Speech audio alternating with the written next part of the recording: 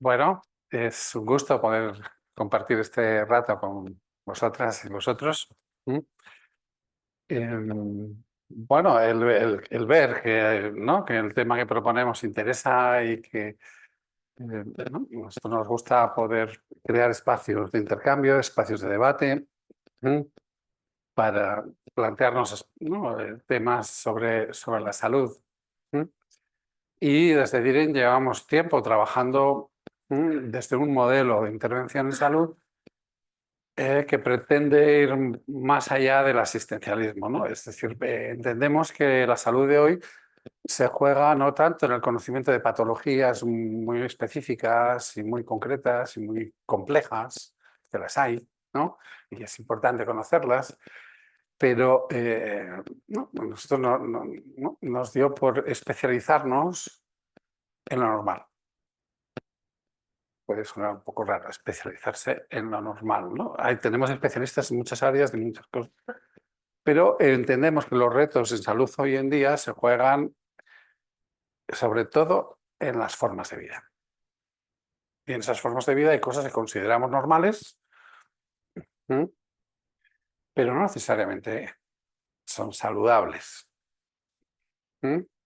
Entonces, ¿no? Desde ahí decidimos especializarnos en diseñar métodos de intervención en cómo contribuir a cambiar esas formas de vida, ¿no? Y desde ahí entendemos que la familia, por ejemplo, es una institución donde se estructuran las formas de vida, ¿no? Las pautas cotidianas, ¿no? En lo que vamos viviendo todos y todas todos los días. Tener en cuenta que la capacidad de acostumbramiento, ¿no? Del ser humano es ilimitada, ¿no? Podemos, siempre y cuando, ¿no? repitamos las cosas muchas veces, podemos acostumbrarnos, ¿m? a cosas que, bueno, generalmente nos pueden generar algo de malestar, ¿no? Eh, eh,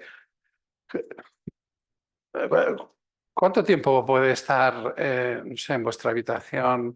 Se ha roto la persiana, ¿no? La correa, ¿no? Y entonces abrís la persiana y la atáis con un nudo al radiador.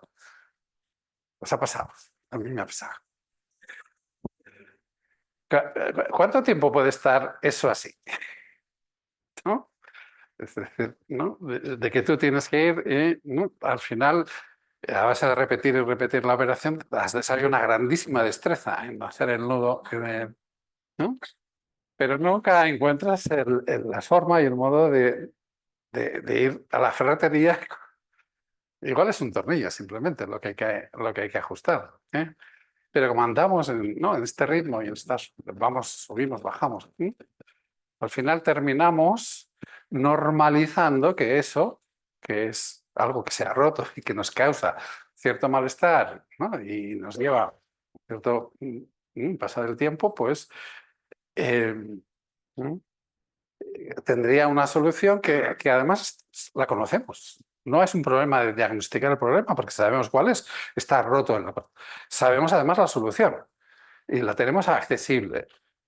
Sin embargo, no nos viene bien y aplazamos y aplazamos y aplazamos porque estamos todo el día y a base de aplazar y de repetir, normalizamos, naturalizamos determinadas cosas que nos parecen normales y naturales, pero que no necesariamente son sanas.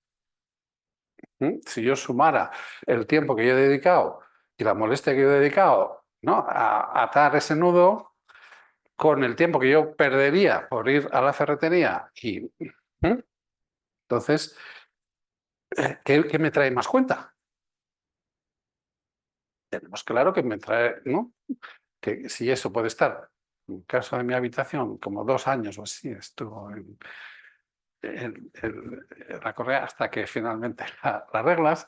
Si tú sumas todo ese tiempo, te trae más cuenta parar, bajar a la ferretería y poner el tornillo.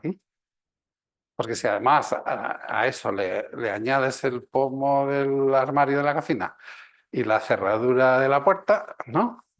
Y vas sumando, te das cuenta cómo no, a base de repetir y repetir lo cotidiano, ¿qué es lo que tiene la vida cotidiana? Como eso la automatizamos y perdemos la capacidad crítica. Por eso, ¿no? Cuando nosotros hablamos de métodos de generar salud a través de incidir en los modos de vida, lo primero que tenemos que hacer es parar. Tan simple como parar. Y yo solo parar, pensar, ¿no? Si realmente esto me compensa o no me compensa, ¿no? Es decir, entonces creamos, ¿no? Una línea importante de trabajo que tenemos es crear espacios de reflexión sobre lo normal, sobre esto que estamos normalizando y que ya nos parece normal, pero que igual tendremos que preguntarnos si es sano o no lo es, ¿no? Entonces, claro, tenemos una línea de trabajo muy importante en familia, ¿no? Y entendemos que la familia es una institución estructuradora de esas formas de vida, ¿no? De ciertos patrones que se aprenden a una determinada edad y que tú vas perpetuando y reproduciendo. Todo el mundo tiene claro, ¿no? O sea que un psiquiatra está interesado en lo que es la vida familiar, le interesa cómo funciona la familia y cómo se estructura la familia de hoy y aquí, ¿no? ¿Pero qué hace un psiquiatra hablando de escuela? ¿Mm? ¿Nos interesa a los profesionales de la salud mental lo que pasa en la escuela? Cuando nuestros hijos e hijas pasan más tiempo, ¿no? en la escuela que en casa. ¿Mm? Y con las cosas, son las cosas que ocurren en la escuela estructurantes también de nuestra personalidad, de nuestras formas de vida, de... ¿Mm? Bueno, vamos a verlo, ¿no? Nosotros estamos un poco en contacto y recogemos emergentes, bueno, cosas que nos cuentan de, ¿no? Es la quinta vez en este mes que viene la ambulancia al colegio a atender una crisis de ansiedad. Pero esto no pasaba. ¿Qué está pasando, no? Es decir, ¿eh? Oye, que se ha encerrado en, no, en el baño esta persona y se ha encerrado con un cúter y se está cortando en la... Y lo ha hablado la amiga que lo ha contado a los otros y están todos desbordados. ¿Qué hacemos? ¿No? Es decir, bueno, por no hablar del tema del bullying o el tema de... ¿Mm? Preguntamos, ¿qué está pasando? ¿Estamos peor de lo que estábamos? ¿Estamos...? ¿Sí? Estas nuevas generaciones, ¿no? Bueno, pues si hablamos de las, ¿no? de las bajas por depresión de los profesionales de la, ¿no? que tienen que enfrentarse a, ¿no? a situaciones muy estresantes y con pocas herramientas. ¿Mm? Bueno, está la escuela más loca de lo que estaba antes, está la escuela más loca que, que otras instituciones. O es que la escuela es un reflejo de nuestra forma de vida, es una pantalla en donde se atraviesan todas las contradicciones sociales, ¿no? La escuela tiene un papel y una función social terriblemente importante. ¿Mm? Entonces, a los profesionales de la salud mental nos interesa mucho y cada vez más, especialmente adhieren que desde hace un tiempo ¿no? nos está llamando más la atención, nos estamos acercando un poco a la institución escolar. Hemos trabajado ¿no? mucho con familia, mucho con, ¿no? con salud, ¿Mm? Pero últimamente nos está interesando más, ¿no? Y acercarnos y el fruto de eso son estas jornadas, ¿no? ¿Mm? Porque ¿Mm? entendemos, o sea, y aquí ¿no? nos metemos en un berenjenal, ¿no? importante, ¿no? Porque son asuntos complejos donde se cruzan variables, atravesamientos de muchos tipos, ¿no? Vivimos una sociedad compleja, complicada. ¿Mm? Yo hoy venía, joder, a la mañana, ¿qué ropa me pongo? O sea, manga larga, manga corta. He estado bien, ¿no? Mientras yo iba para la otra sede, veía gente con abrigos en la mano, con chaquetas, y de repente pasas calor y de repente se mete el sol y te pelas de frío y decimos, este clima está loco, ¿eh? Ya no, esto no, ¿no? ¿Mm? Claro, este cambio climático, a dónde nos va a llevar? ¿No? Y ya entramos en pánico, ¿no? Es decir, ya no tenemos más que mirar y todas las informaciones que recibimos y los mensajes que nos bombardean, ¿no? O sea que, bueno, que falta poco ya para que el mar, ¿no? El hielo se derrita y el mar nos inunde a todos, ¿no? Ujú. Bueno, no sé, ¿cuánto tiempo llevamos al borde de de la Tercera Guerra Mundial, que va a ser nuclear y que no va a dejar a nadie vivo, ¿no? Es decir, si pues pones en las noticias, ¿mm? Es decir, ¿mm? Y vemos, ¿no? Como todos, y ahora mismo, después de la pandemia, ¿no? Estamos ahora que sí, ya el virus del Nilo, ¿no? ¿Cómo es eso? El virus estamos esperando ya cuál va a ser la próxima, ¿no? Y cuando de repente nos vamos a tener que volver a meter en casa. O te das cuenta que vivimos con miedo, vivimos con una situación estresante pensando en donde los medios nos generan mucha alarma y recibimos mensajes que nos están generando mucha alarma, ¿no? Y ahora toca la salud mental después de la pandemia. Bueno, nos felicitamos, nos acordamos de que la salud mental existe y que la salud mental es algo importante, ¿no? Es decir, vimos algo hemos aprendido de la pandemia, ¿no? Que nos ocupamos de la salud física y descuidamos completamente toda la parte mental. Tomábamos medidas de aislamiento, de restricción, la gente se moría sola, sin poder despedirse de sus familiares, ¿no? Se contaban los niños encerrados en los cuartos por miedo al contagio, y ha sido después, cuando ya, ¿no? Se superó la pandemia, la que ha venido, la resaca ha sido brutal. Y entonces ahora nos acordamos de la salud mental. Y decimos, bien, ¿no? Nosotros celebramos que nos acordemos de la salud mental, porque hasta ahora ha sido la hermana olvidada, ¿no? De todo, ha sido como algo muy estigmatizado y muy... ¿Mm? Y ahora dando la vuelta además en muy poco tiempo, ¿no? Es decir, ¿no? Antes que me contaba que escuchaba como le decía, ah, ¿te has hecho novio nuevo? Sí, me he echado novio nuevo. Y además va al psicólogo. Va al psicólogo. Así que, ¿mm? Esto antes era impensable, ¿no? Que iba al psicólogo, se lo callaba y ahora, ¿no? Parece que decimos, sí, lo presumimos, lo decimos. Es decir, la salud mental ahora está de moda, nos estamos ocupando del tema y lo celebramos. Pero cuidado, ¿desde qué puntos de vista, ¿no? Y cuidado con el catastrofismo, cuidado con el... Está claro que la salud mental es importante y está claro que necesitamos ocuparnos de ella y que hace falta recursos para ellos, pero pensemos un poco desde dónde y con qué enfoque lo vamos a hacer. Porque ahora parece que psicólogos salen por todos lados. Y en la cola de la pescadería tienes psicólogos que te dicen lo que tienes que hacer para mejorar tu autoestima, ¿no? Y no, es que yo he visto en internet ¿no? Y hay que... ¿eh? Y tenemos, no, bien, la salud mental está, estamos ocupándonos de ella, la parte emocional, ya hablamos de emociones todos y de gestión de emociones, ¿eh?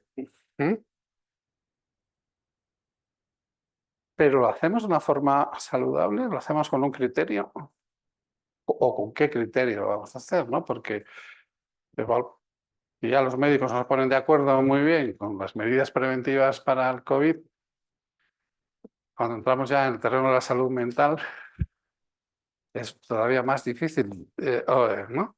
Objetivar criterios, ¿no? O establecer criterios que valgan para todo el mundo. Mm. ¿dónde ponemos la raya, no? Es decir, entonces, desde ahí nos interesa, ¿no? A los profesionales de la salud mental acercarnos al ámbito escolar por tres razones importantes, ¿no? Que vamos a ir viendo entre hoy y mañana. ¿Mm? Por un lado, es cuando tenemos enfermos mentales ya diagnosticados, que antes los teníamos segregados y escondidos, ¿Mm? Sobre todo cuando eran niños, estaban a veces, ¿no? Metidos en casas o ¿Mm? Cómo se escolariza, ¿no? A un niño, a un puber, a un adolescente con un problema diagnosticado de salud mental, ¿Mm? Con necesidades especiales, que ahora antes estábamos en lo pedagógico, estábamos en lo cognitivo, pero adentro de esas necesidades especiales también, de repente, tenemos una persona, ¿no? Un alumno o alumna que no puede salir de casa porque en el momento que sale de casa entra en pánico y le da una crisis de angustia. Y le han diagnosticado una agorafobia. ¿Mm? ¿Qué hacemos en su escolarización? Entonces, el próximo mañana tendremos gente que nos va a hablar de esto, ¿no? De qué recursos existen para escolarizar o ocuparnos de la parte escolar de las personas con una enfermedad mental ya diagnosticada, ¿no?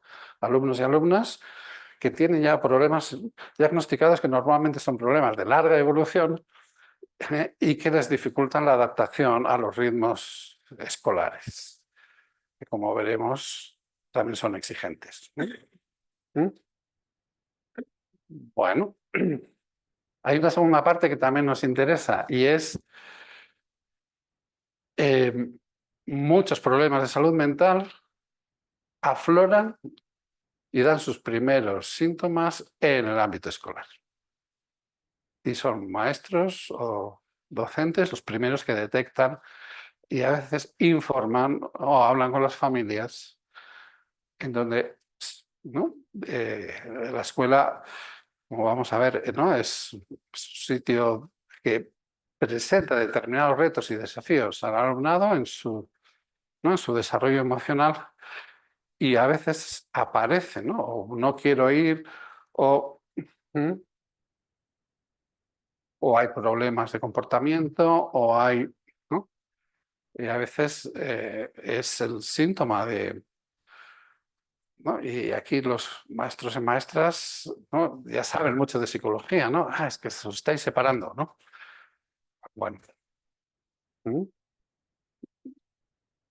Tenemos que saber si están separados, la relación, esa separación está siendo traumática, está siendo peleona o está siendo amistosa, esto afecta al rendimiento o aflora o aparecen malestares que se manifiestan por primera vez en el ámbito escolar, o por un problema de rendimiento o por un problema de dificultades de adaptación o de socialización en ese ámbito.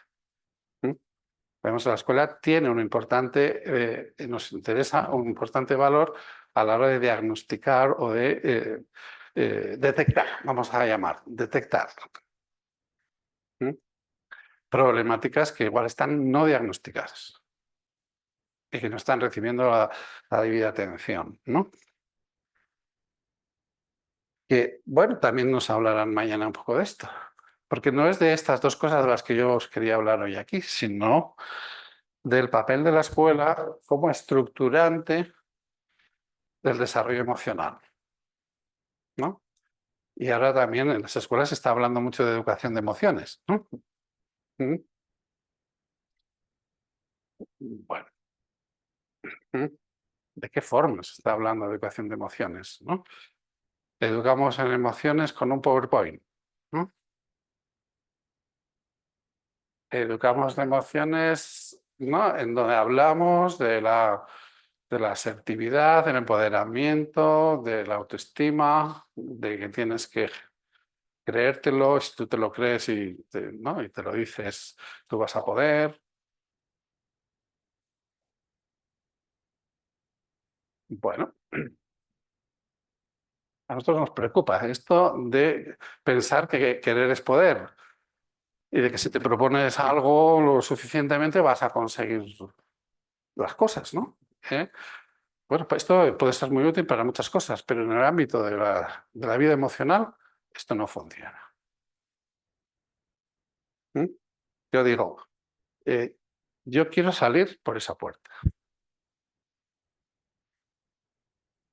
Lo intento. Cojo y voy así, ¿eh?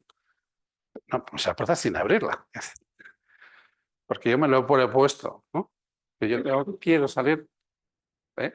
Entonces yo lo intento y voy así de cabeza y ¿qué voy a conseguir? Bueno, igual con suerte consigo un bollo aquí y otro aquí, ¿eh? Y me duele, ¿no? Me da un buen golpe. Me duele, no lo he conseguido.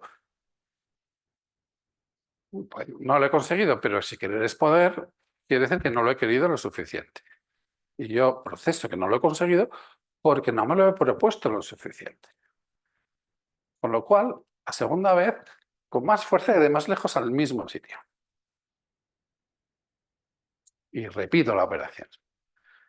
Consigo avanzar en el bollo de la puerta y ya el chichón que tengo aquí empieza a crecer cada vez más, ¿no? No lo he conseguido. Si no lo he conseguido es porque no lo he intentado lo suficiente. Querer es poder. Con lo cual, la siguiente vez en el mismo sitio, pero todavía con más fuerza. Y si yo tengo alguien que me dice, me está tocando el nombre, me dice, oye, pero ¿no será mejor abrir la puerta? No me distraigas. Necesito toda la determinación y toda la concentración. ¿Mm? ¿Por qué no lo he conseguido? Porque no me he concentrado lo suficiente. ¿Dónde termina eso? ¿Mm? Pues ¿mm? termina en ¿no? En la desesperación, en la lesión, y ahí nos encontramos un montón de gente, ¿no? El- ¿no? Con esto de la gestión de emociones, cuidado con estos corrientes y estos libros de autoayuda donde nos hablan, ¿no? De emociones positivas y emociones negativas.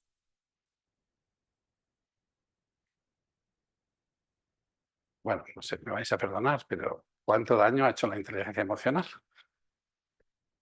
Y yo sé que está en la escuela la inteligencia emocional y se habla desde emociones positivas y emociones negativas. Y se habla desde que si tú controlas las emociones negativas, entonces vas a tener éxito. Te enseñan a gestionar las emociones positivas. ¿Y qué hacemos con las negativas? Nos las comemos con patatas, las metemos a un cajón. Es decir, no estamos enseñando a nuestros alumnos a gestionar la frustración, ¿no? Se la tienen que comer con patatas. Y luego nos quejamos que se ponen agresivos ¿Mm? y que no se adaptan y que tienen baja tolerancia a la frustración. Pero ¿desde qué nivel de exigencia? ¿Mm? ¿Desde qué nivel de, ¿no? qué herramientas les estamos dando para que puedan identificar y sentir sus emociones? ¿No? ¿Mm? Legalizarlas. ¿No? ¿Mm? Entender que no son ni positivas ni negativas, que las emociones son, y si están ahí es por algo. ¿Mm? Y si tenemos emociones que nos generan malestar, es que nos tenemos que parar y dejarnos de dar golpes contra la pared. Porque igual lo que estamos equivocando es la dirección. ¿Mm? Pero para eso primero tengo que parar, ¿eh? Y tengo que escuchar lo que siento. ¿Mm? Y tengo que tener cierto respeto por lo que siento, tanto sea políticamente correcto o incorrecto.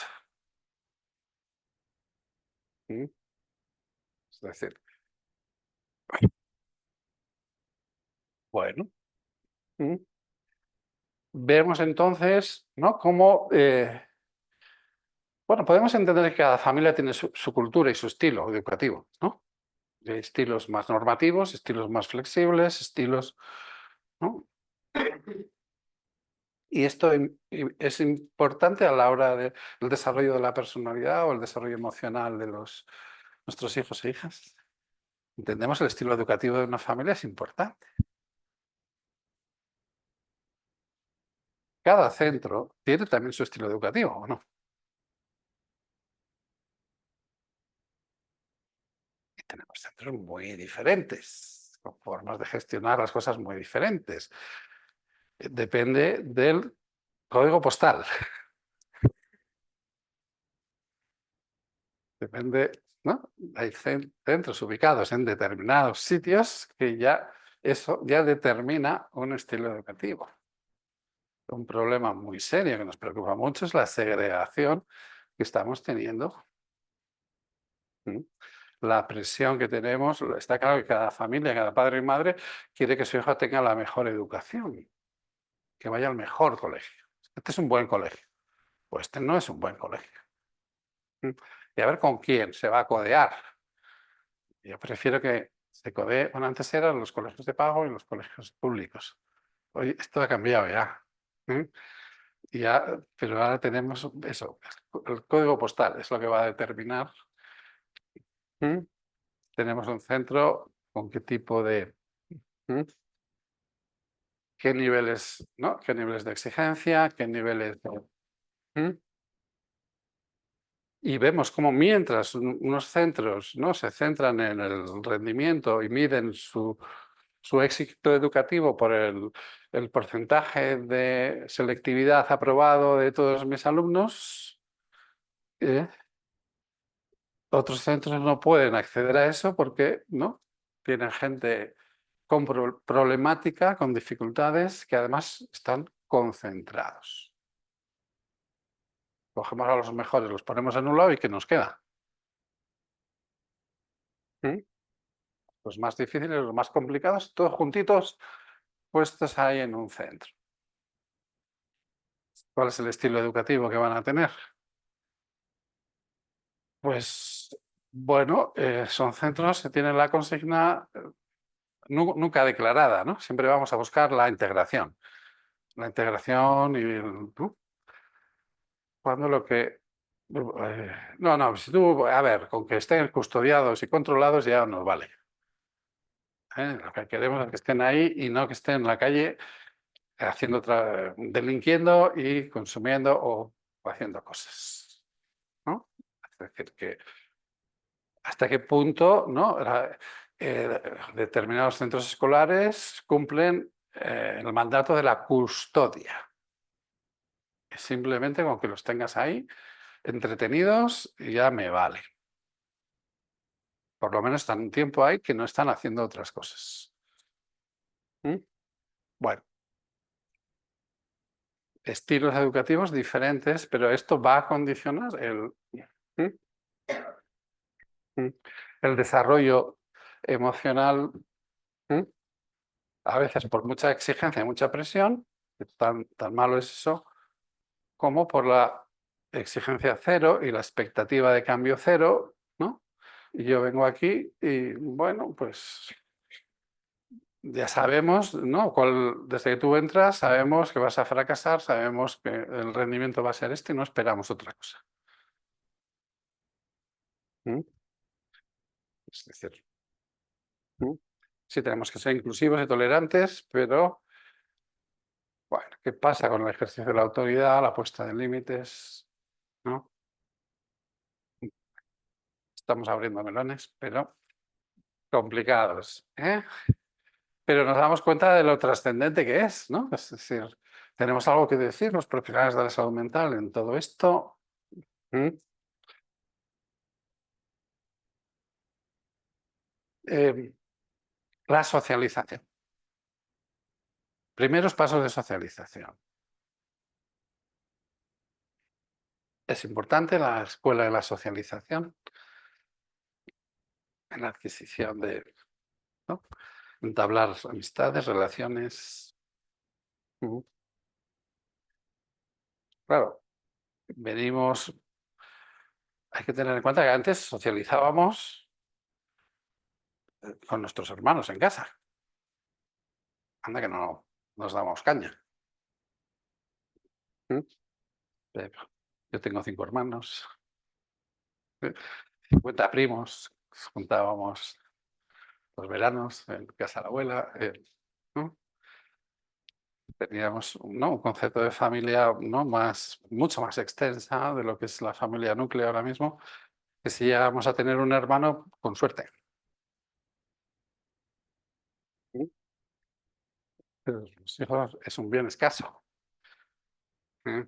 Que vienen cada vez más tarde y además ¿no?, con menos posibilidad de tener hermanos o mucho menos una familia donde yo aprendo mis primeros pinitos de la socialización en la relación con los hermanos. Con lo cual, ahora la escuela, y a la escuela vamos más pronto, además. ¿Mm? Y buscamos la socialización en la escuela desde demasiado pronto, ¿no? Es decir, ¿Mm? Bueno, van de bebés, ¿no? ¿Mm? Bueno, ¿Mm? Pero bueno, sin entrar en, ¿no?, viendo cómo sería, estamos un poco en la primaria, vamos a quedarnos en la primaria, ¿no? ¿Mm? Yo llego de ser el rey de la casa o la reina, ¿no? Porque soy hija única. Y yo la socialización con los iguales no la he desarrollado. ¿Mm?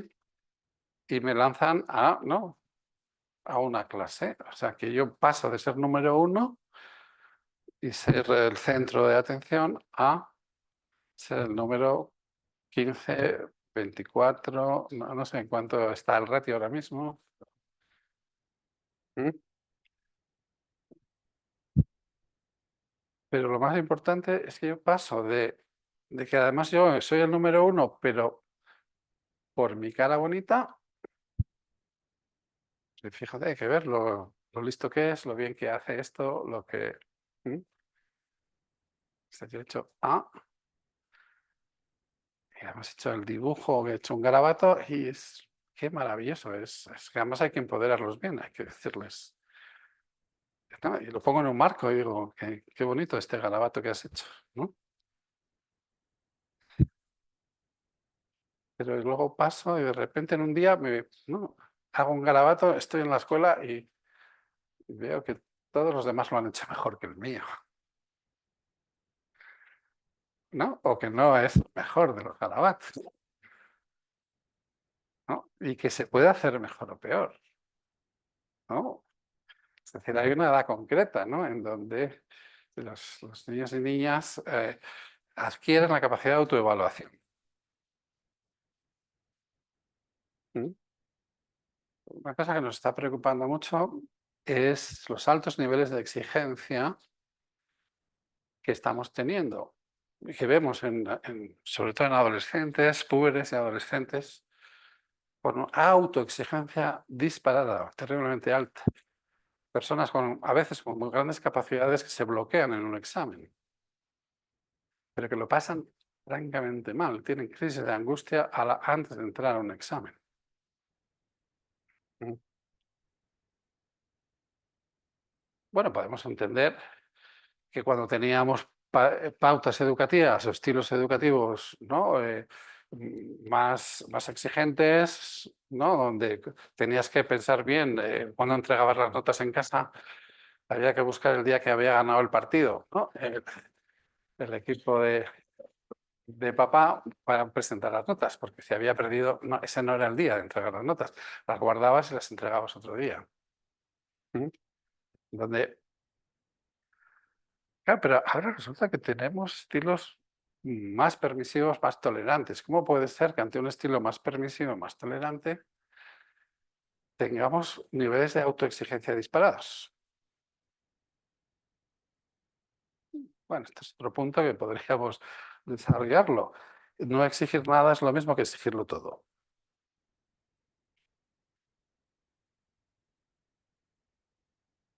¿Mm?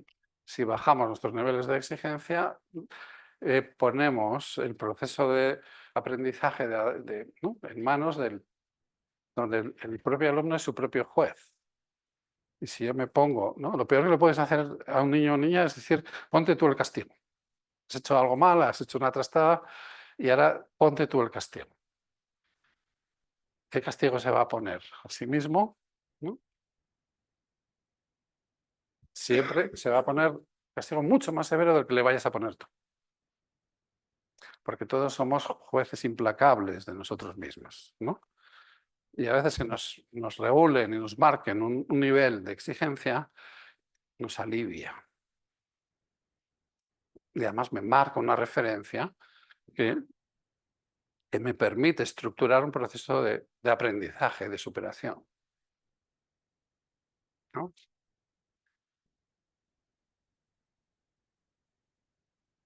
Entendemos, ¿no? Como que pasar de ser el número 1 en casa a ser el número 15, pasar de tener el reconocimiento y el apoyo por mi cara bonita a tener que currármelo y competir con otros tantos, es un salto importante.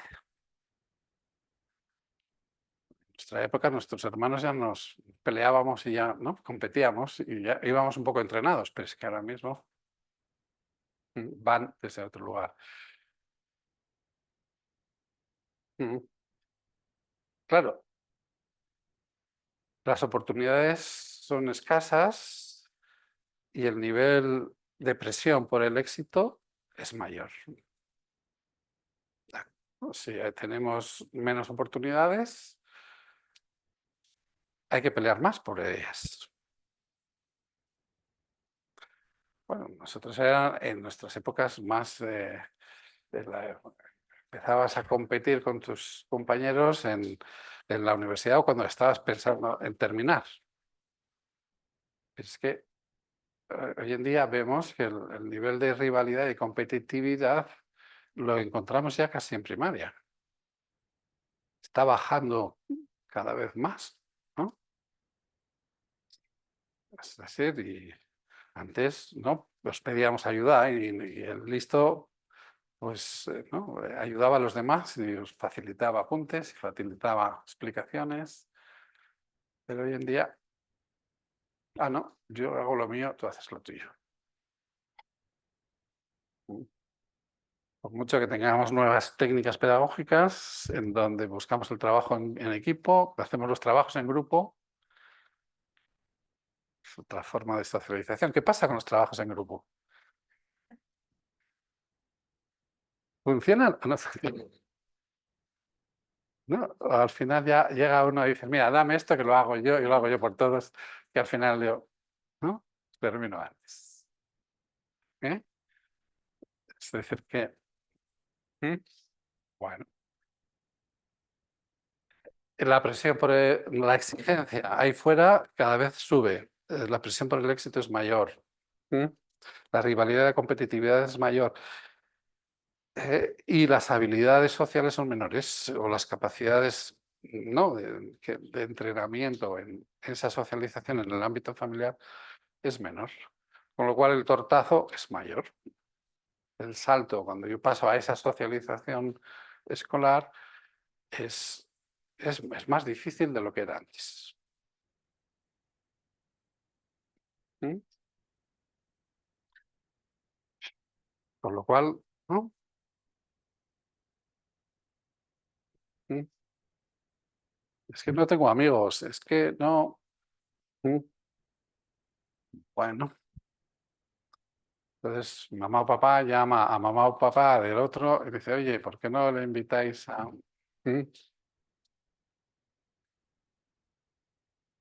los cumpleaños? ¿Qué pasa con los cumpleaños? Y no vas a invitar a... No, no me han invitado a los cumpleaños, ¿no? Es decir,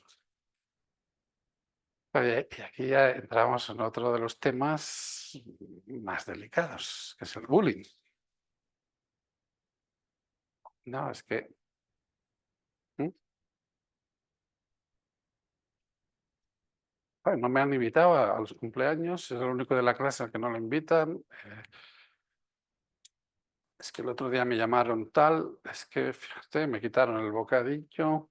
Ujú.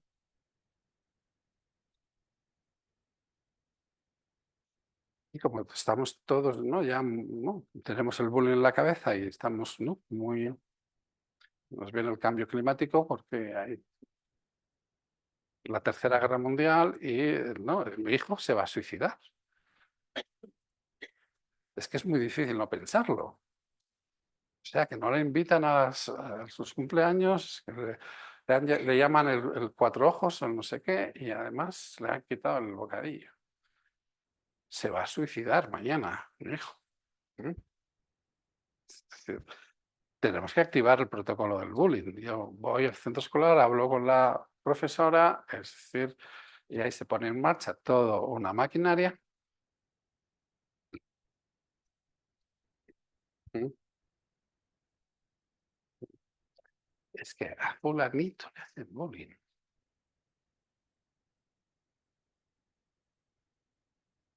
A ver, y por supuesto que es un avance, ¿no? Que nos preocupemos por el tema y que, ¿no? Tengamos mayor sensibilidad y que efectivamente, pero cuidado con el, ¿no? ¿Cómo diagnosticamos? Porque ni están todos los que son, ni son todos los que están.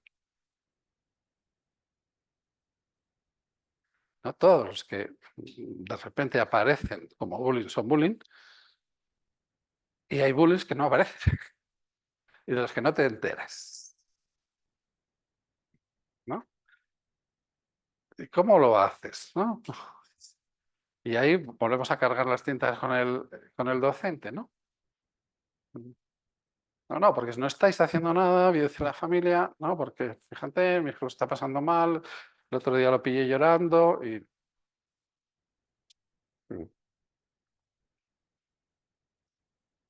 Bueno,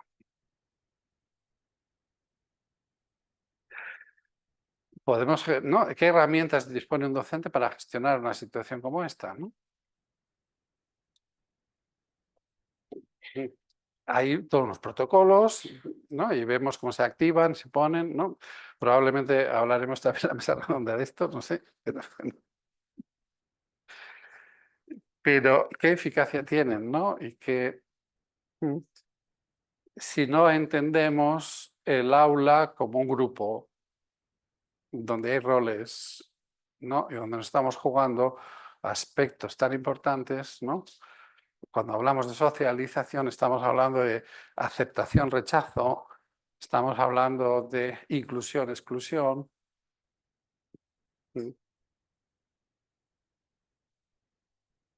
Estamos hablando de sentirme capaz o no sentirme capaz. Todas esas, ¿no? Esos ejes se juegan en lo que es un proceso de socialización, en donde la inclusión te la vas a tener que currar, porque todos nos la hemos currado. Y nos tenemos que buscar un lugar que no nos viene dado, que hay que currar. Sí, yo lo venía y en casa lo tenía dado, pero es que lo que tenía, si yo voy esperando, ¿no? Ese lugar que me lo van a dar de la misma forma que yo lo tenía en casa, por mi cara bonita, pues va a ser que no.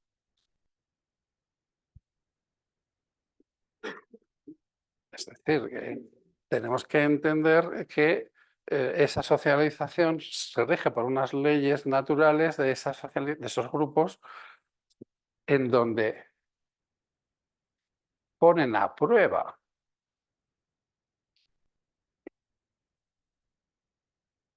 en donde si tú quieres estar incluido y ser de los nuestros, pues no, necesitamos saber que tú te comprometes con nosotros, y te comprometes con esto, ¿no? Bueno, aquí entramos en ¿mm? términos, ¿no? En aspectos delicados, ¿no? ¿Cuál es el criterio? ¿Hasta dónde?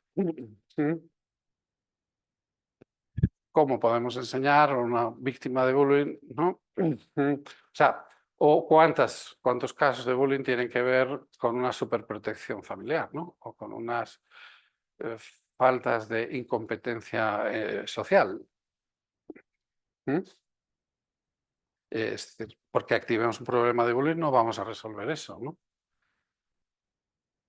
Es decir, ¿qué criterios nos permiten diferenciar una cosa de la otra? Pues ahí necesitamos los profesionales de la psicología, que son los que disponen de esos criterios, ¿no? Y cuidado, no todos. Hay algunos, como nos decía nuestra compañera, sentido común. Muchas veces es sentido común. Es no dejarnos llevarnos por, eh, ante estas dificultades, estos conflictos en la escuela, en las relaciones. Muchas veces tenemos dos posturas: o las patologizamos, psiquiatrizamos y patologizamos malestares que son necesarios y que ayudan a crecer si aprendemos a gestionarlos. Y por un lado, o los patologizamos exageradamente o los trivializamos.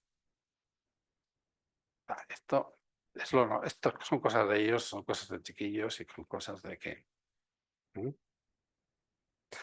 Es decir, entre la patologización y la trivialización tenemos un espacio en donde tenemos que ocuparnos de cosas normales, pero donde debemos dar herramientas y criterios para gestionar eso, sin patologizar.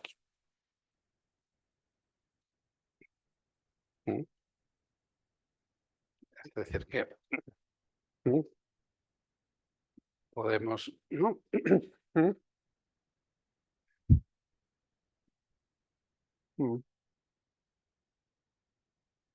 Bueno, hablamos y una de las herramientas es saber cómo enseñamos, ¿no?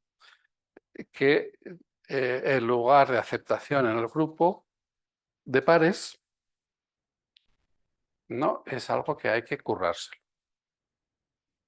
Y que tú tendrás que ver qué puedes aportar a ese grupo, ¿no? Precisamente desde la diversidad y desde entender cuáles son tus capacidades, cuáles son las de los demás y en qué tú puedes aportar. Seguramente tienes algo que aportar.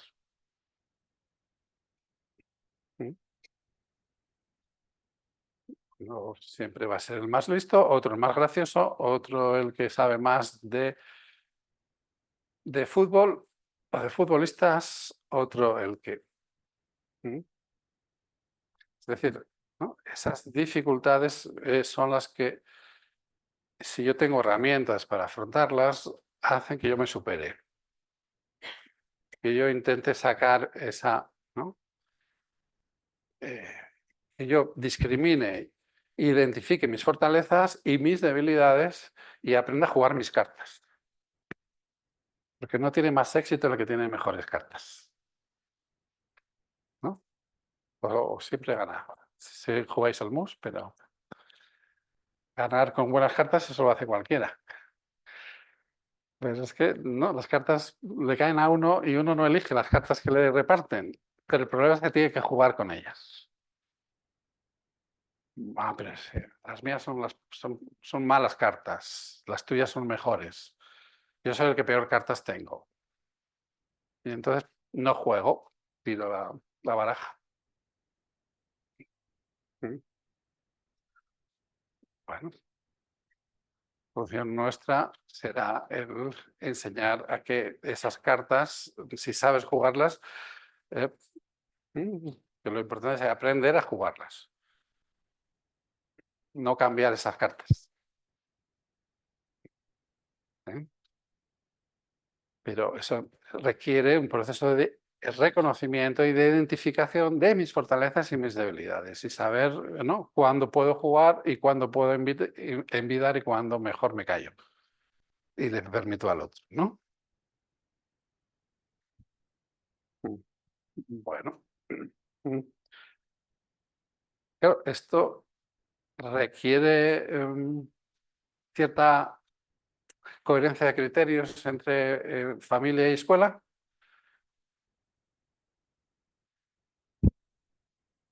¿Y cómo son las relaciones entre familia y escuela hoy?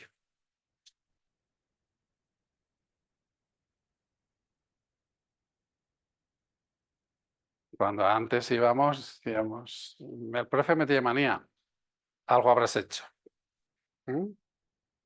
Esfuérzate más. el profe me tiene mal liado. Mañana voy a hablar con él. Sí, le voy a leer la cartilla. Estás discriminando a mi hijo y estás... ¿Mm? Y le leo la cartilla. Bueno. ¿Mm? Eh, ¿Cómo podemos articular espacios de colaboración? ¿No?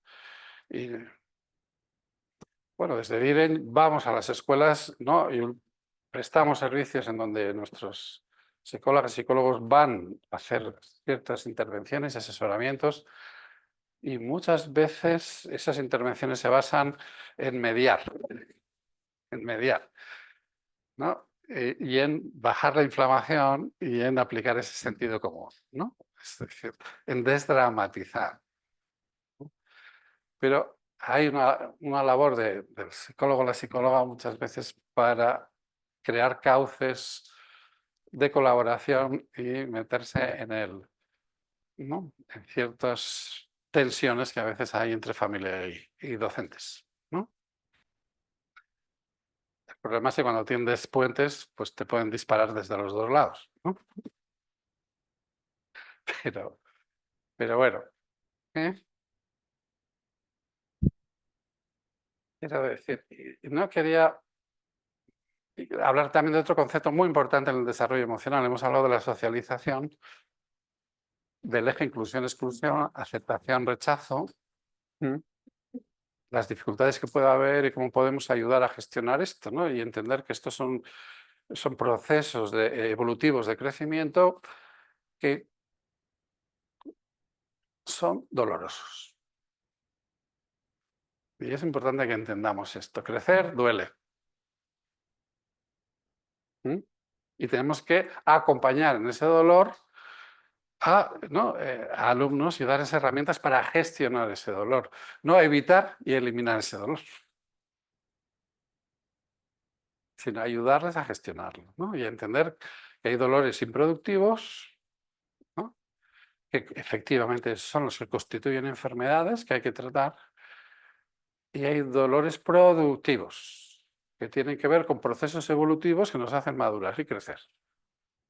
Y diferenciar estos dos a veces requiere la intervención del psicólogo muchas veces para despistar o para despejar, ¿no? ¿Mm? Bien. Ansiedad de rendimiento. Quería hablar también de este tema. Un tema muy importante. ¿Mm? Tenemos personas, y nos estamos encontrando personas, como decíamos, muy capaces y se bloquean en un examen. ¿Mm? Y que se bloquean más cuanto mejor preparado tienen el examen. ¿Cómo puede ser esto? No sé si os acordáis, pero yo desde luego, cuando tenía un compañero, una compañera, que cuando salían las notas, ¿no? Bueno, que cuando salía del examen te lo preguntabas qué tal lo había hecho, te decía fatal, fatal, fatal, lo he hecho fatal. Y llegabas a las notas, tenía un 9, pues suena, tenía un 9. Y yo decía que lo había hecho de puta madre, lo había hecho estupendamente, y bueno, tenía un 5 o 5,5.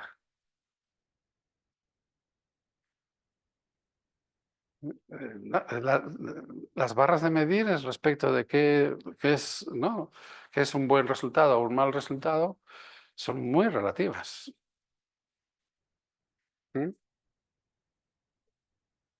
¿Y qué es lo que pasa? ¿No? Que esa ansiedad de rendimiento, que es natural a cualquier prueba y cualquier desafío que yo me enfrento, ¿Mm? Que me puede salir mejor o peor y que puedo tener un día mejor o peor, o que independientemente de lo que yo haya estudiado, mis conocimientos, a veces hay variables no controlables. Si tengo un mal día, si me duele la cabeza, si de repente me acaba de dejar el novio por WhatsApp, pues ¿Mm? No voy a tener... Son cosas que no están bajo mi control. Por muy bien preparado que yo lo haya tenido, mi rendimiento no va a ser el mismo. Pero nos encontramos ¿no? Con alumnos y alumnas que tienen mucha necesidad de tenerlo todo controlado. Y son conscientes de que si yo voy a un examen pueden pasar cosas que no están bajo mi control. ¿Y cómo gestiono esa incertidumbre?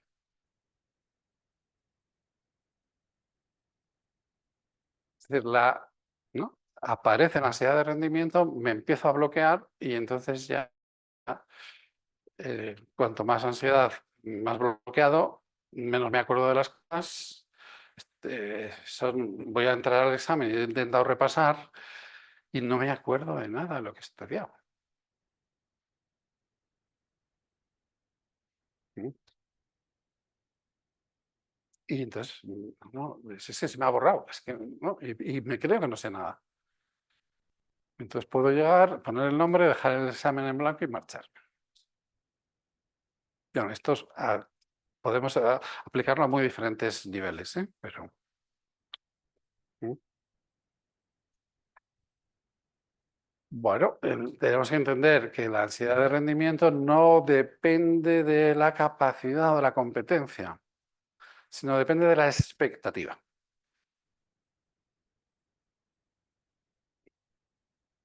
¿Mm? Depende de la expectativa. Y os voy a poner un ejemplo. Yo no soy muy aficionado al fútbol, pero es que es un ejemplo futbolístico muy. Bueno, tenemos al Alavés que se va a Madrid, ¿no? Al partido con el Real Madrid. ¿Mm? Real Madrid con el Alavés que van a jugar el sábado que viene, ¿no? O no sé cuándo. Hoy, hoy. Juegan hoy. Tenía a Madrid juegan hoy.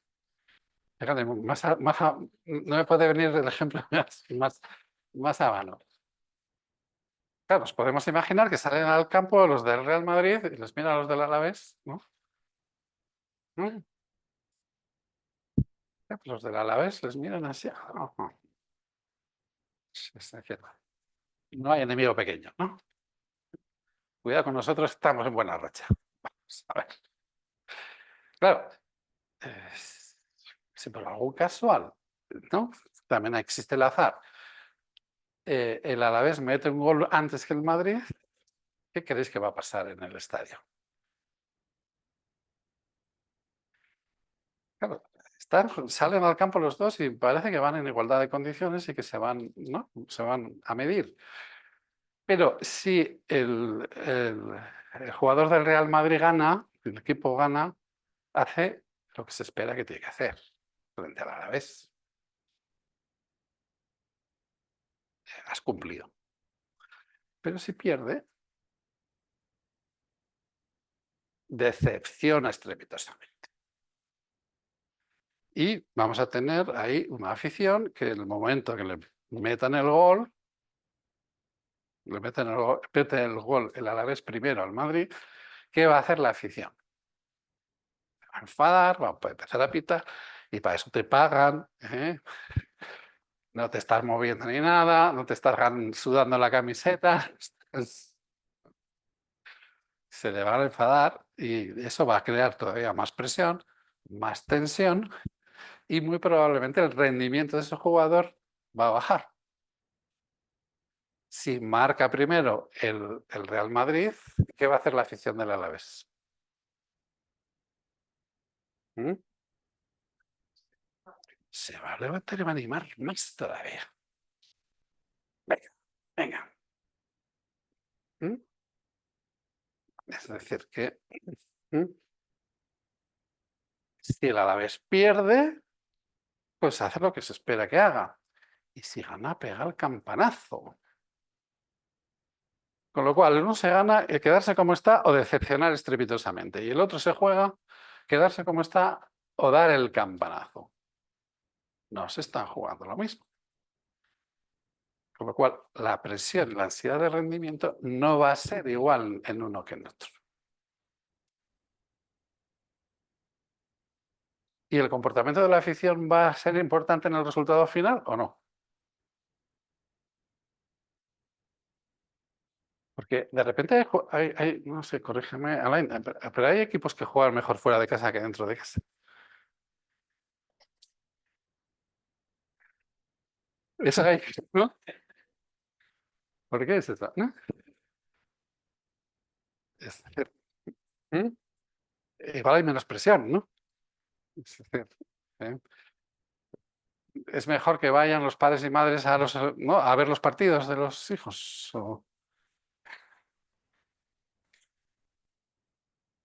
Tú tienes ahí la mirada en el cogote de, ¿no? de alguien que está esperando cosas de ti. Y ese es el dato clave para gestionar la ansiedad de rendimiento. No depende que seas mejor o peor, de que sepas más o menos, sino depende de la expectativa que tú tienes y sobre todo de la expectativa que alguien en su día depositó sobre ti y de lo que están esperando de ti.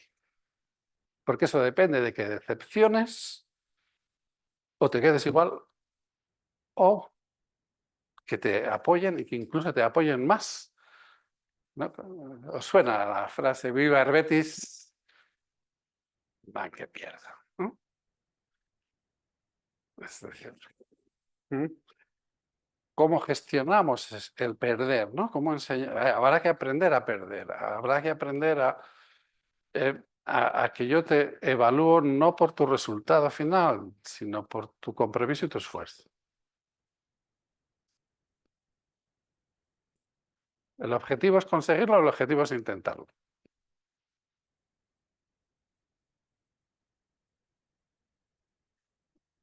Bueno, tenemos familias del Real Madrid y familias del Betis o del, ¿no? Tenemos centros del Real Madrid o centros del... Bueno, está claro que no, los conflictos que generan ansiedad de rendimiento van a ser muy diferentes en unos centros o en otros. ¿Mm? Y lo que nos estamos jugando son factores estructurantes de mi autoconcepto. ¿Mm? La palabra autoestima no me gusta. ¿Mm? ¿Mm? Es un poco engañoso. ¿Mm? Yo consigo la autoestima en base a el reconocimiento que recibo de los demás. ¿Mm? Y en base a mis logros, ¿no? y mi capacidad de superación que voy consiguiendo. No porque me den más palmaditas en la espalda y me digan más y me repitan más lo guapo que soy o lo listo que soy. ¿Mm? Entonces, ¿mm? Bueno, ¿mm? Bien, no, entendemos por qué los profesionales de la salud mental nos interesa mucho lo que pasa en la escuela. Queremos, ¿no? asomarnos en la escuela y que nos den, ¿no? Y entendemos que tenemos cosas que aportar. ¿Mm? Y que ahora mismo la escuela está sobrecargada y está teniendo que enfrentarse a retos y le pedimos mucho, pero le damos poco. ¿Mm? Y si los retos son duros, son cada vez más complejos y necesitan más recursos y más apoyos. Y requiere de un trabajo interdisciplinar, ¿mm? Donde familias, docentes, ¿no? y cada vez más psicólogas o psicólogos vamos a tener que ¿mm? entrar ahí. ¿Mm? Y eso que no he hablado de otros melones que he preferido no meterme, ¿no? Como es el tema de la diversidad sexual, el tema de la... ¿Mm? el tema género, que sería todo ¿mm? muy largo, ¿no? Pero es un poco para que nos hagamos una idea de la complejidad y de la escuela como emergente, ¿no? y portavoz atravesada por contradicciones sociales que estamos viviendo, ¿no? ¿Mm? Las nuevas tecnologías, ¿no? ¿No? Es adicto, no es adicto a la... ¿Mm? ¿Le hacen bullying por el WhatsApp o no? ¿O es... ¿Mm? ¿Tenemos que controlar? ¿Hasta qué grado tenemos que controlar? ¿Mm? Bueno, no voy a abrir más melones, ¿no? Pero vemos, nos hacemos cargo de la complejidad, ¿eh? y entendamos la escuela como como una pantalla de proyección de lo que es la sociedad. Y la escuela no está más loca, está más loco nuestra forma de vida en nuestra sociedad, eso sí. Y la escuela es reflejo de eso. ¿Mm? Pero no está más loca. ¿Eh? Ni tampoco nuestros alumnos están más locos de lo que estaban antes. Están locos de otra manera. ¿Mm? No nos dejemos llevar por ideas catastrofistas. No están más locos ni peor en salud mental de lo que estaban antes. Lo están de otra manera y tienen otro nivel de sensibilidad. ¿Mm? Y tenemos que actualizarnos a los retos que tienen ahora mismo estos alumnados en su proceso este alumnado en su proceso de desarrollo, en donde tendremos que actualizarnos y conocer, ¿no? Porque como este mundo cambia tan rápido, pues que nos quedamos obsoletos rápidamente. ¿Sí? Me hablan ya de los cantantes, de los videojuegos que juegan y yo ya he perdido la esperanza de poder seguir el ritmo. O sea que, bueno. Bien, pues abrimos un poquito dudas, debates, cosas que queráis comentar de lo que hemos hablado. ¿Mm? Sí, venga. Ah, Entonces, para que puedan oír a la gente, tenemos que poner esto. vale, perfecto. Que pueda hablar por aquí. Igual mejor este de la... Sí, bueno, o... Es que este tiene aquí un cable. Bueno, bien, ¿alguien quiere...? ¿Lo has conectado este? Baja el mío. A ver, sí, ya. El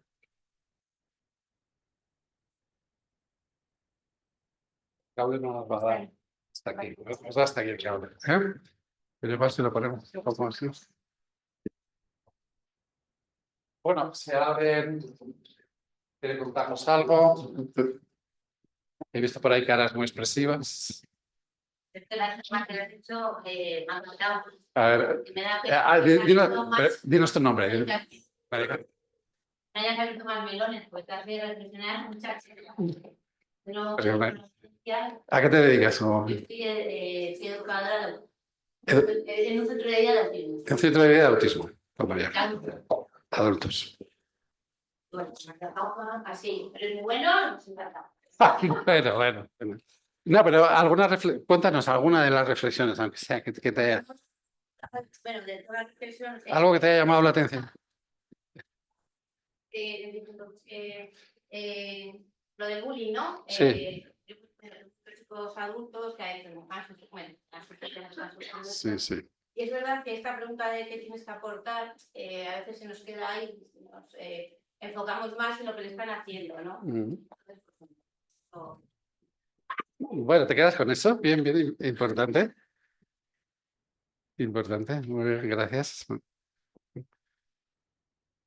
Más. Venga. ¿Tu nombre es, perdón? Charo? Andereño, eres andereño, sí.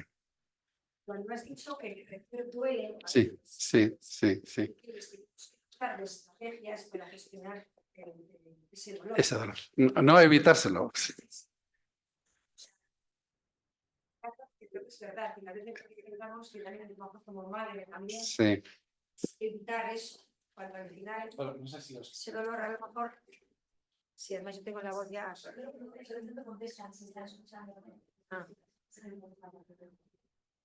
Sí, que yo creo, que a lo mejor ahora me lo acerco mucho, y estoy de acuerdo contigo, o sea, me ha hecho reflexionar porque a veces, o sea, lo digo ya un poco como andereño, yo trabajo en el primer ciclo de primaria como madre también, que a veces intentamos evitar ese dolor y a lo mejor es incorrecto porque gestionando ese dolor o dotándoles de estrategias, pues van a madurar.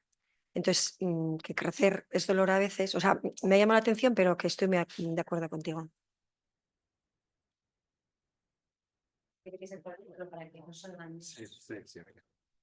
Ya lo paso yo, sí. Toma. Pero bueno, tú tienes que hablar también.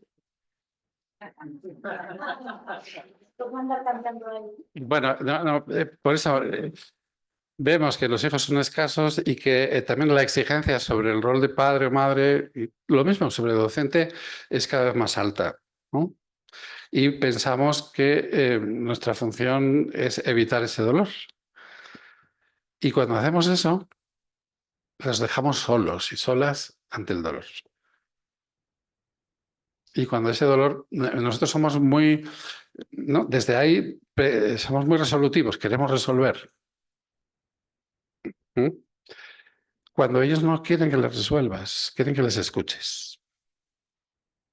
¿Qué es más importante, escuchar o resolver? Pero a nosotros nos han programado para resolver. Y cuando intentamos resolver no escuchamos y los estamos dejando solos y solas. Lo que ellas necesitan es un interlocutor que les pueda escuchar y que les ayude a poner nombre a ese dolor.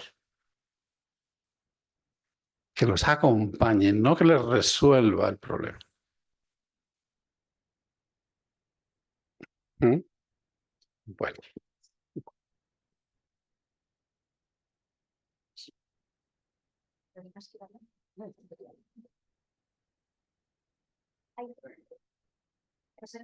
No va a llegar el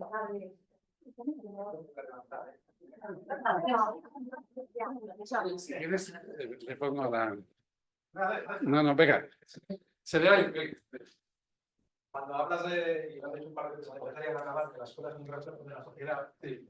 Yo es una pregunta, porque lo desconozco. Yo me dedico a educación y más o menos ahí puedo tener una imagen más o menos más general. Y sí que es cierto que cada vez hay más alumnado y cada vez más joven diagnosticado con algún problema de salud mental, bien diagnosticado, lo mejor posible atendido en servicios públicos o en servicios privados, pero eso también, o sea, cada vez es mucho mayor y esto se va aumentando y las listas de este alumnado va aumentando a un ritmo imparable. ¿Eso ocurre en la sociedad más adulta? ¿Ese es el reflejo de la sociedad? ¿Están diagnosticados o estamos todos un poquito así sin diagnosticar? Porque no tienen nombre. Bueno, No lo sé. bueno, lo he dicho al principio, ¿no? Bien, estamos de moda. Antes éramos proscritos, ahora estamos de moda, nos felicitamos. Pero cuidado, no nos pasemos de frenada, ¿no? Es decir, las consultas están saturadas. Ahora mismo las consultas están saturadas en los adultos. ¿Mm? ¿Quiere decir que estamos peor que antes? ¿Eh? A ver, nosotros nos dedicamos mucho a la prevención de drogas también. ¿Vosotros qué opináis? ¿Que el consumo de drogas en los jóvenes está subiendo o está bajando? Subiendo. Bueno, los estudios y los jóvenes de ahora, lo escuché el otro día en la radio, los adolescentes de hoy son los más estudiados y los menos escuchados. Porque todos los estudios dicen que está bajando. O sea, tenemos adolescentes y jóvenes que están más preocupados por su salud, que miran mejor, que saben cuidarse mejor. ¿Mm? Esto es una realidad. Pero parece que tienen más ansiedad y parece como que se suicidan más. Bueno, si tú miras con objetividad los estudios, no se suicidan más. Lo que pasa es que ahora hablamos más de ello. Y ahora pedimos ayuda antes de lo que se pedía. O sea, las consultas están saturadas no porque estemos peor. Esto es creerlo realmente. No estamos peor. No estamos más locos que antes. Estamos locos de otra manera. Pero no nos están comiendo el tarro diciéndonos que estamos más locos y que vamos al desastre colectivo. No, no nos dejemos llevar por ¿no? Todo ese catastrofismo del que está impregnado todos los medios de comunicación. Es decir, ¿no? Incluso todas las noticias que salen en los periódicos sobre salud mental es que salimos todos los días ya. Pero no los mensajes no son precisamente contenedores o tranquilizadores, son mensajes alarmistas. Nosotros queremos combatir un poco eso, ¿no? Es decir, no estamos peor, aunque las consultas están abarrotadas, porque tenemos menor tolerancia a la ansiedad, menor tolerancia a la frustración, pero también tenemos más sensibilidad y pedimos ayuda antes, cosa que siempre va a ser buena, ¿no? Entonces, que están más diagnosticados, sí, pero es que probablemente antes estaban infradiagnosticados. El problema es cómo gestionamos ese diagnóstico. Nos vamos a echar las manos a la cabeza, vamos a... Y que dentro de ese diagnóstico también te vuelvo a repetir, ni están todos los que son, ni son todos los que están. ¿Cómo discrimino yo eso? Porque haya un diagnóstico en un papel, en un informe de sabe Dios dónde, o porque ¿no? Si tú vas a dos psiquiatras, no te van a, jamás te van a diagnosticar lo mismo.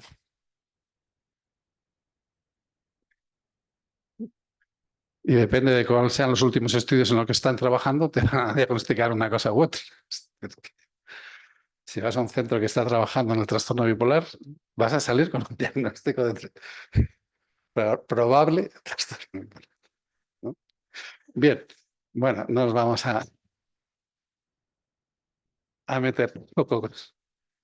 Pero contestándote a ti, es un reflejo, es cierto que, bueno, que hay mayor sensibilidad y lo celebramos, que hay mayor interés en los docentes en saber sobre salud mental y lo celebramos, pero que tenemos que acompañar de mayor y mejor formación en estos temas, ¿no?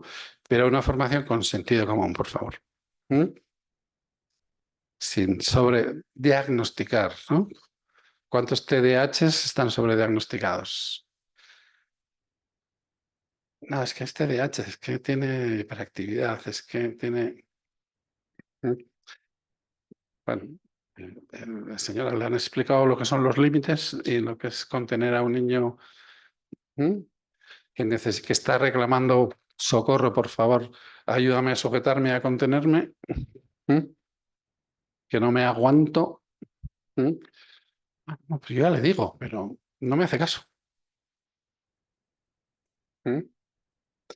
Es decir, no, cuántas, ¿no? Y no dudo que haya patología y que... Pero probablemente la patología, hay mucha que no se diagnostica y que los realmente enfermos, estos igual no son los que dan más ruido y los que hacen más demanda, ¿no? Trabajamos mucho con la diferencia entre demanda y necesidad.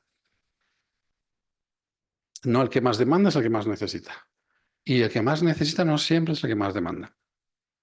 Con lo cual necesitamos criterios de diagnóstico de necesidades que nos permitan diferenciar quiénes son y quiénes dentro de los que están. Y dentro de los que no están. Que esos no van a venir a buscarnos. Bueno, ¿más preguntas? ¿Qué? Sí, venga. Teníamos otro, pero bueno, ya no. Con este vamos a... Se lo acercamos y... Sí. Para no tirar la... Espera, espera, que voy. ¿Sabes qué pasa? Que es que los que están al otro lado en Zoom no escuchan si no hay micro. Bueno, a ver, yo también vengo del mundo de la educación como Pedro. Marta. Y bueno, estoy de acuerdo con muchas cosas de las que has dicho, pero también muy desacuerdo con muchas cosas que has dicho. Sobre todo entre la pública y la concertada hay cosas ahí que me han quedado que no me han llenado del todo. Pero yo, la salud mental y la escuela. Como tú bien has dicho, la escuela es un reflejo de lo que pasa en la sociedad. Pero la escuela no puede dar respuesta a todas esas necesidades que tienen esos niños. Tienen que ir acompañados de las familias. ¿Qué vemos en la escuela? Y ya te lo digo como madre y como educadora, que nos cuesta muchísimo encontrar ese acompañamiento entre escuela y familia. Y creo que podría ser para otro año una jornada, es familia y escuela, así, en plan general. ¿Estáis pensando? Entonces, Sí que desde educación tenemos servicios puntuales de los que mis compañeros vendrán mañana a hablar, en los que se trabaja mucho así, la intervención con la familia. ¿Qué pasa? Que en los centros que son tan grandes, ese trabajo es muy difícil y tenemos que poner todos por nuestra parte, tanto los educadores como las familias. Y cuesta mucho llegar a las familias, ya no a familias con diagnósticos concretos, sino a cualquier familia. Cuesta llegar mucho a esas familias y que las familias te respondan. Entonces, aquí como reflexión, que estaremos familias y estamos docentes, sí, tenemos que pensar cómo llegar a eso, sean de infantil, de primaria, de secundaria o de bachiller. Gracias. ¿Alguien quiere hablar por aquí?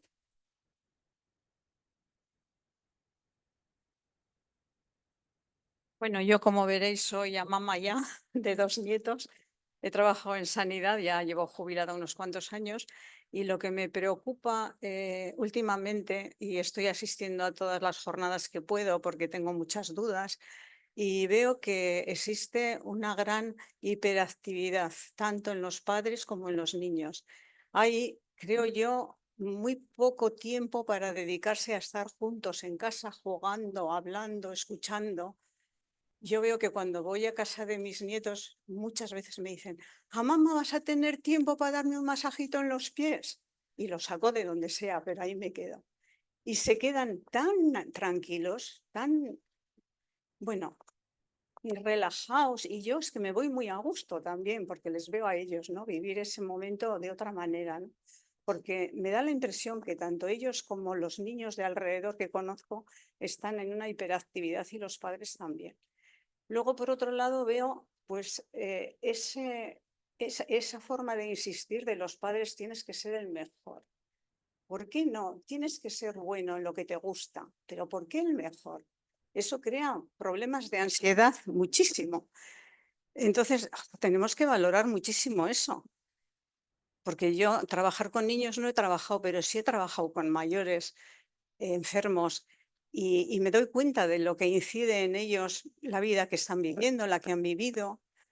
Entonces, tener en cuenta todo eso, que tenemos que tener tiempo para estar con nosotros, con nuestros padres, con nuestros niños, que delegamos poco trabajos o determinadas cosas, parece que todo lo tenemos que hacer, ¿no? Lo de dentro, lo de fuera, no da de sí el día para... Entonces yo estoy muy preocupada por eso, porque creo que debemos de cambiar un poco esa forma de actuar y de pensar.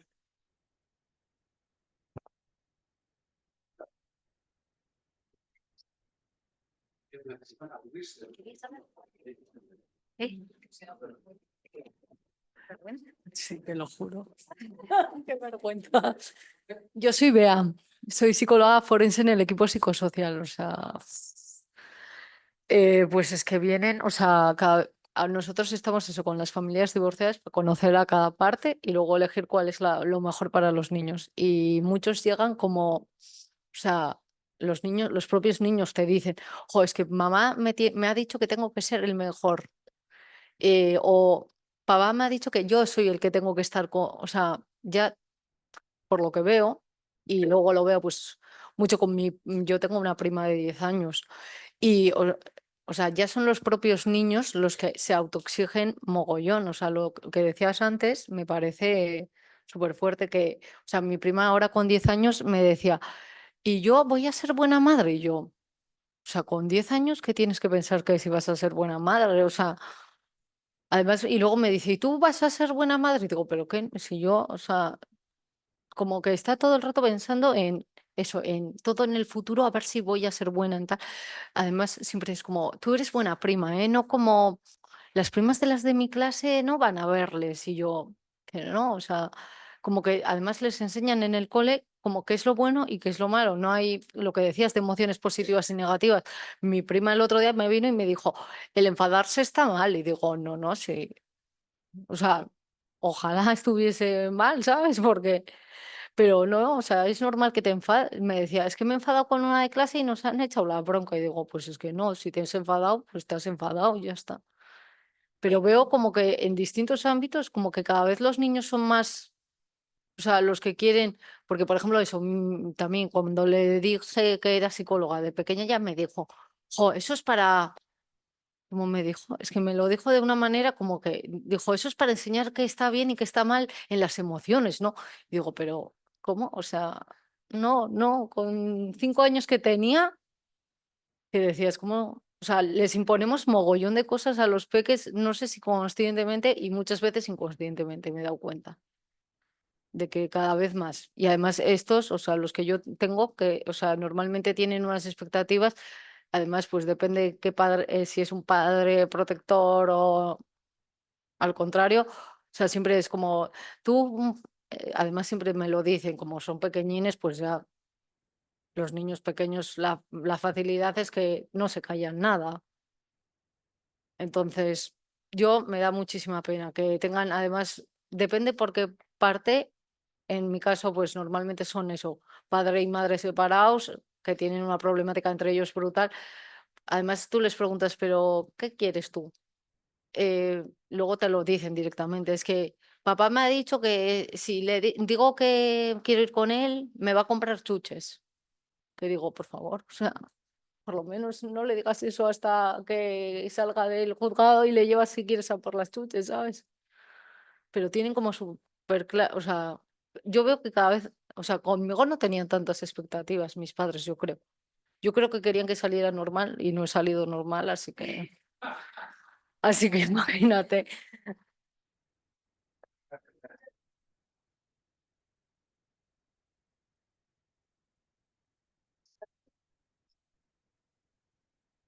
¿Alguien más?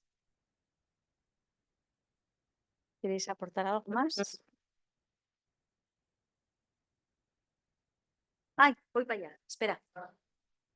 Es que, ¿sabes qué pasa? Que es para que escuchen los que están en online. Ya lo siento. Si no se quedan con la mitad del discurso. A mí lo que me parece también importante es poner en valor la escuela. O sea, ya que la gente, bueno, sí, creo que la mayoría estaremos que trabajamos en escuela o en educación. A la escuela se les, lo has dicho varias veces, pero a la escuela se le exige que trabaje educación sexual, que trabaje educación transgénero, que trabaje educación para la vialidad invernal, eh, que trabaje emociones, que trabaje y que prevenga el suicidio. Y no nos olvidemos que la gente que está ahí trabajando pues ha estudiado un grado de magisterio o una diplomatura en magisterio. Hacen falta recursos, hace falta formación, buena formación, porque se hacen muchas cagadas sin querer, con buena intención. Eh, no sé si por aquí hay alguien que tenga mano por ahí arriba, pero estaría fenómeno que desde algún sitio se demande. No, no, pero hace falta el acceso a esa formación también. Entonces, bueno, poner en valor que la escuela, yo me creo a la escuela, sobre todo a la escuela de infantil y de primaria, que es donde más he andado, pero están ahogados, ¿eh? Y ahogadas, sobre todo, ¿eh? Ojo, se habla fácil de ¡pum! Y cuando hay un accidente de tráfico se dice "Es que esto tendría que ser una asignatura en la escuela". Y, y dices, claro, sí, sí, eso y más cosas. Entonces, bueno, que sepamos con lo que estamos, con qué cartas tiene la escuela y qué cartas tenemos. Sí. Aprovecho ya que está aquí el micrófono, aprovecho. Me llamo Arrate y también soy andereño del segundo ciclo de primaria. Entonces sí que estoy de acuerdo con lo que has comentado, que igual abrimos muy fácilmente el protocolo de bullying. Pero en el momento que viene el niño, dice que le pegan o le dejan jugar, luego viene la madre diciendo que a su hijo le pegan, la madre padre, perdón, si a su hijo le pegan y no le invitan al cumpleaños, pues la escuela, para poder protegernos, lo primero que hacemos es abrir un protocolo de bullying. Entonces, no sé si bien o mal, mal probablemente, pero no sabemos cómo gestionarlo. No sé si ahí nos puedes echar un capote, Enrique, así que... Gracias.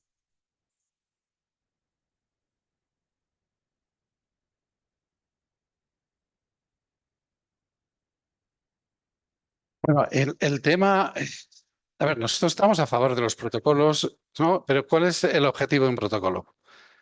Precisamente diagnosticar, ¿no? Y el protocolo está para que pongamos en marcha ciertos elementos de diagnóstico de necesidades, entendiendo que demanda y necesidad no es lo mismo y que detrás de una demanda de bullying igual no hay un auténtico bullying, ¿no? Eh, pero lo que sí está claro es que alguna respuesta hay que dar a eso. Y que las respuestas no se pueden limitar a abrir un protocolo, ¿no? Sino que hay algo que o bien sea a nivel familiar o a nivel ¿no? Eh, que se está, o sea, que esa madre preocupada también tenemos que contenerla y tendremos que darle alguna respuesta. ¿No? ¿No?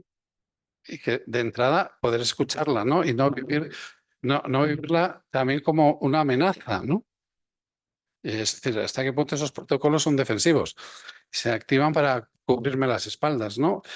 Y dejo ¿no? la situación problemática porque está claro que alguna situación problemática hay sin escucharla y sin atenderla, ¿no? Es decir, no, yo ya he cumplido y ya he abierto el protocolo de bullying, ¿no? El protocolo de bullying es, el sentido que tiene que tener es hacer un diagnóstico de las necesidades, de lo que está pasando. ¿Mm? Y ahí está, ¿no? Por eso no sé con qué herramientas, tampoco conozco en profundidad los elementos del protocolo de bullying y cómo están, ¿no? Pero ¿mm?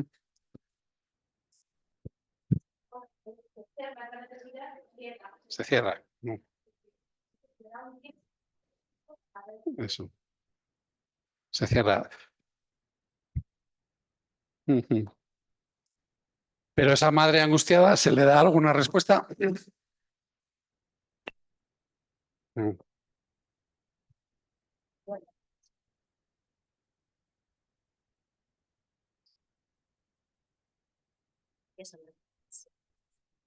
Hola, Racha León, yo soy Ainhoa y estoy en secundaria y bachillerato. Un poco al hilo de lo que estamos comentando del bullying, muchas veces creo que nos centramos en la familia y en el alumnado que sufre ese bullying y creo que debiera ser o que nos planteáramos también que es algo bidireccional. La persona que está al otro lado quizás habría que indagar por qué llega a esa situación de acosar y dar una respuesta también a esas familias y a ese alumnado. Y como bien decimos que después de X días de observación, si no se ve un nuevo foco, vamos a decir, se cierra y se da una respuesta. Pero el origen del problema sigue estando y no tenemos ni recursos ni tiempo para poder dar solución a todo lo que tenemos en el día a día en la escuela, bajo mi punto de vista.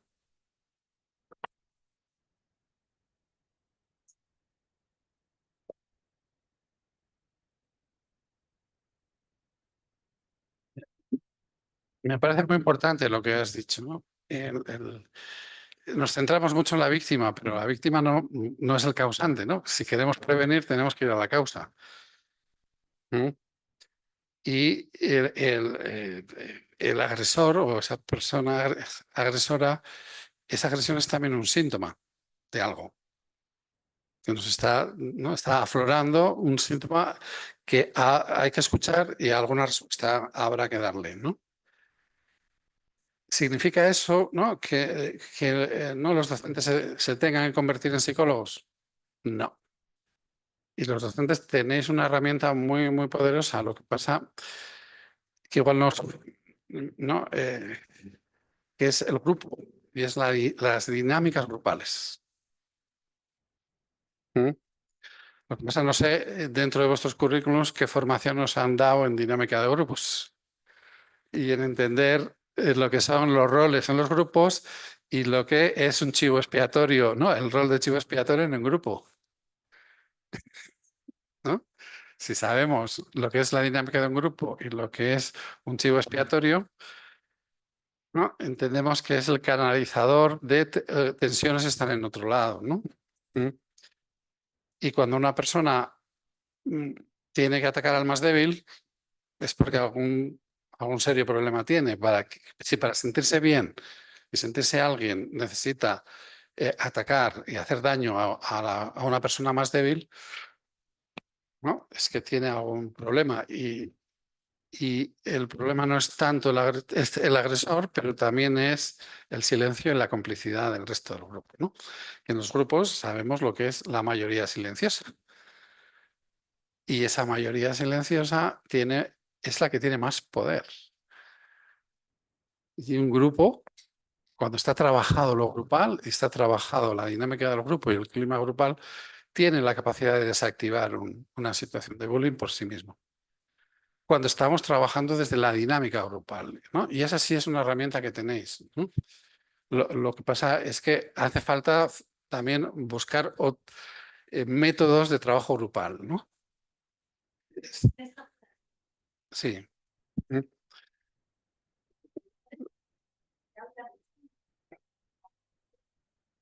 Mm,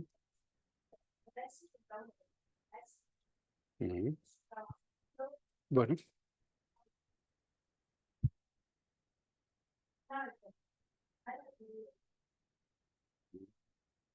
bueno. Sí, sí, sí.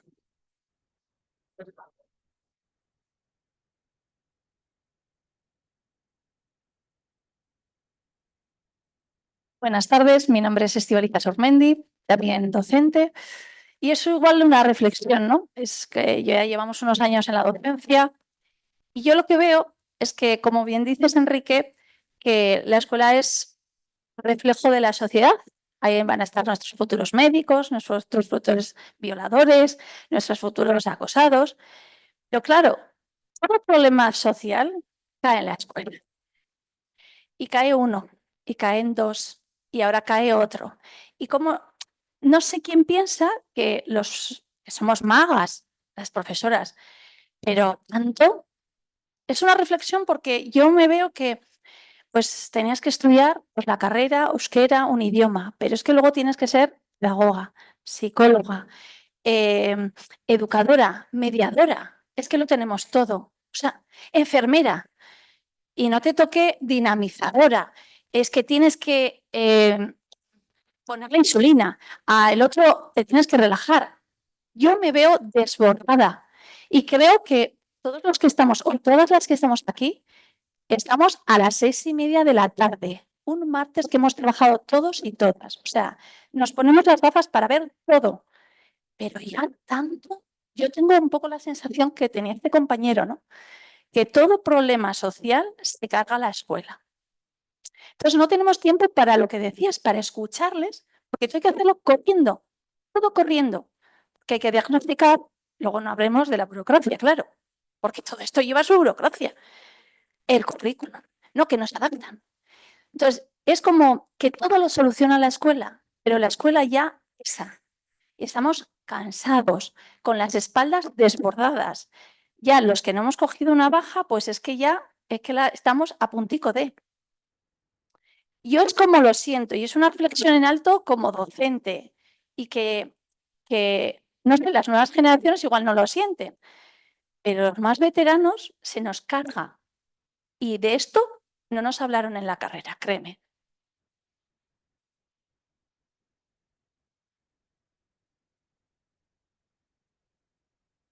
Yo otra vez.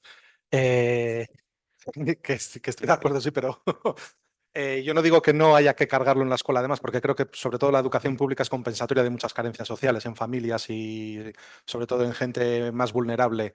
Y a mí me ha tocado enseñar a andar en bici en la escuela y enseñar a nadar y pues porque esa era, y a llevarles al teatro, porque no lo iban a hacer nunca en ese entorno social. Y está fenómeno que sea. No quita que para ser enfermera yo no tengo formación, igual hay que dármela, o que para ser, o sea, que yo, diciendo que sí a lo que has dicho tú, digo, que se la echen a la escuela, sobre todo a la escuela pública, esa tarea, pero con recursos.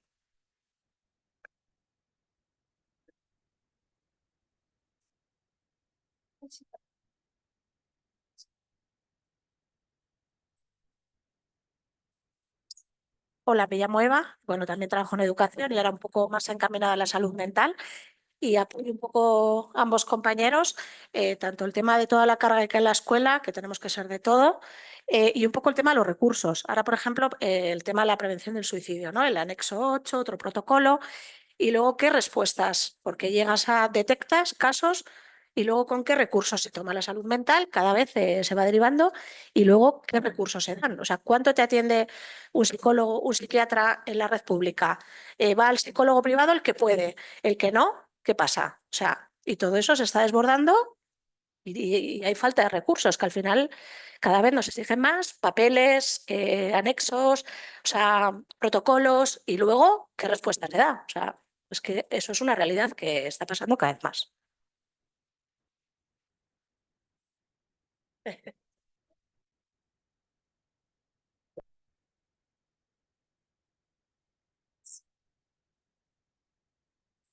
¿Alguien más? Se levantan. Nada. Mañana más, si quieres. ¿Alguien más quiere comentar algún? Sí. Bueno, soy Zaskun, soy ama, no tengo nada que ver con educación y lo que comentáis me parece muy interesante, pero son muchas quejas. Qué estáis haciendo vosotros en vuestras cartolas? Quiero decir que hay tantas quejas, yo entiendo todo lo que se hace y, o sea, y todo lo que tenéis que asumir cada día, pero mi pregunta y la lanzo es, desde Icastolas se está metiendo caña arriba, desde Icastolas los profesores pueden llegar a hacer una huelga o parar el tema, desde Icastolas, no sé, lo tiro ahí, ¿eh? O sea, que es...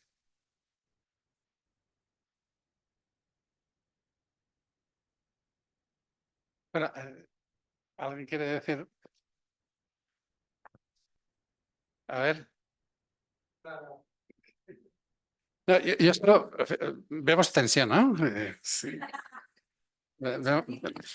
A 10 minutos, esto ya se pone caliente, pero justo cuando estamos a la hora de terminar, ¿no?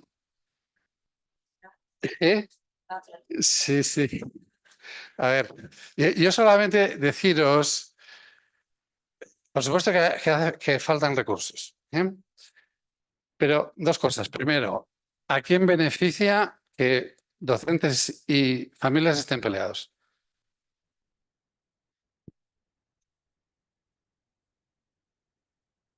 Bueno, igual alguien, ¿eso contribuye a cambiar el estado de cosas?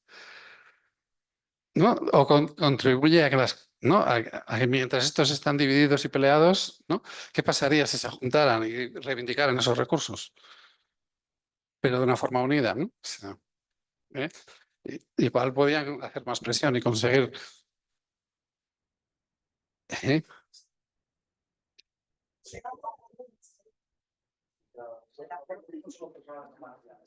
Exactamente.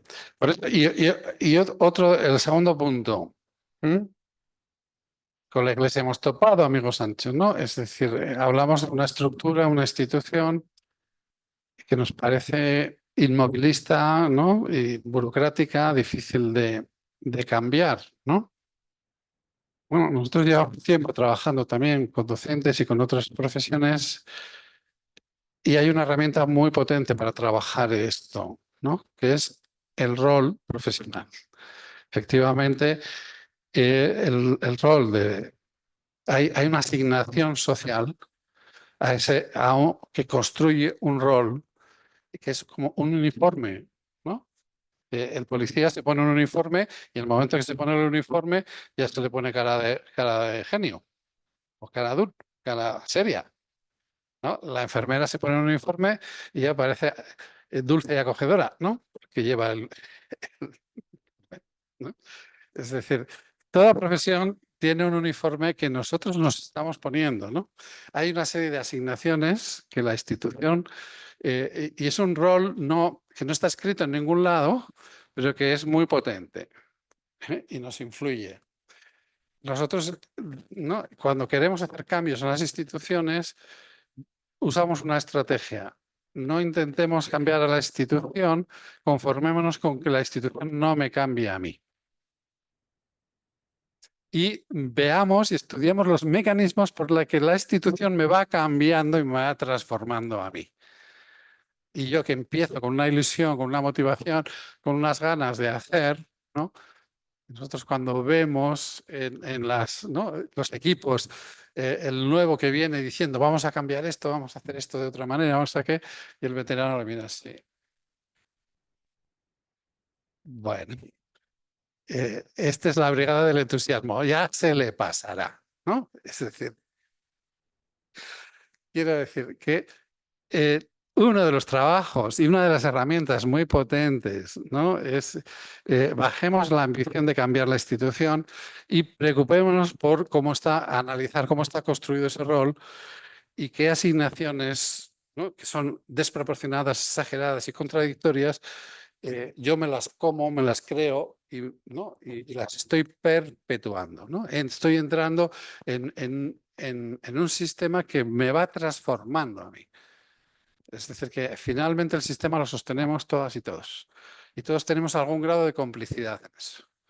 Entonces, si yo reviso ese rol y reviso algunas herramientas, y vuelvo a repetir con el tema, ¿no? A los docentes, ¿cuántos han enseñado sobre escucha activa y empatía? Os han enseñado mucho. ¿Cuántos han enseñado de ejercicio de autoridad y puesta de límites? ¿Os han dado algún curso sobre esto? Qué curioso que para el desarrollo, y ya casi con esto termino, para el desarrollo emocional tan importante como la escucha activa, la empatía y la contención es el ejercicio de autoridad y la puesta de límites. Pero eso no nos lo enseña, porque hay un rol, ¿no? Que dice que el buen profesor o el buen docente es el que trata al alumno como si fuera su hijo. Entonces, de repente, el docente se encuentra con 15 hijos, ¿no? O 20 hijos y además con necesidades especiales todos, ¿no? Pero que es que luego el profesor, cuando va donde el padre o la madre, ¿no? Le pide que haga los deberes con él, que haga los ejercicios, que le enseñe y que haga de profa en casa. ¿Mm? Con lo cual, vemos cómo hay roles que el padre le pide que sea padre en el centro y el profe le pide que sea profe en casa. Y ahí la liamos. Y al final no obtenemos resultados, nos frustramos, nos impotentizamos y nos echamos la pelota el uno al otro. Cuando nadie no nos ha explicado que la función o sea, que un padre y una madre siempre van a ser pésimos, los peores maestros de sus hijos. Su función es otra. Es motivar, estimular al aprendizaje. Es ¿no? desarrollar las ganas, la curiosidad, las ganas de conocer. Igual jugando al trivial. O igual, ¿no? Cuando vamos de vacaciones, contando la historia de este monumento y este señor que está ahí, que resulta que, fíjate que hay una leyenda que nos dice esto, ¿no? Es decir, que en el proceso de aprendizaje, padres y madres tienen una función y docentes tienen otra completamente diferente. Y nosotros solemos trabajar mucho esto, ¿no? La definición de los roles, el trabajo del rol de uno y el rol del otro, y cómo ese rol asignado que tú te comes sin darte cuenta, estás perpetuando y reproduciendo. ¿No? Y que tú puedes, cuando lo trabajas, crear en tu aula espacios para hacer las cosas diferentes. Pequeñitos espacios en donde tú recuperes la potencia de hacer algo distinto. Que además te va a permitir que con menos desgaste obtener mejores resultados. Yo me quito el sombrero como sois capaces de conseguir lo que conseguís, ¿no? Con las herramientas que tenéis. O sea. Y de lo que se trata, hablamos de formación en dinámica de grupos, es una herramienta básica y fundamental que os va a permitir conseguir mejores resultados con menor desgaste.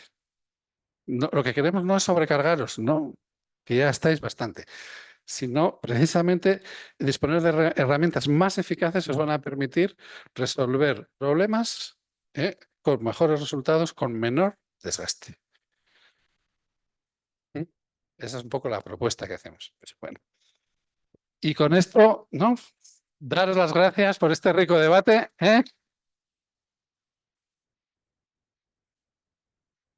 ¿eh?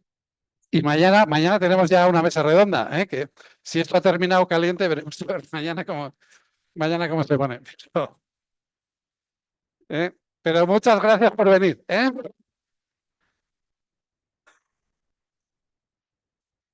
Ah, sí, vale.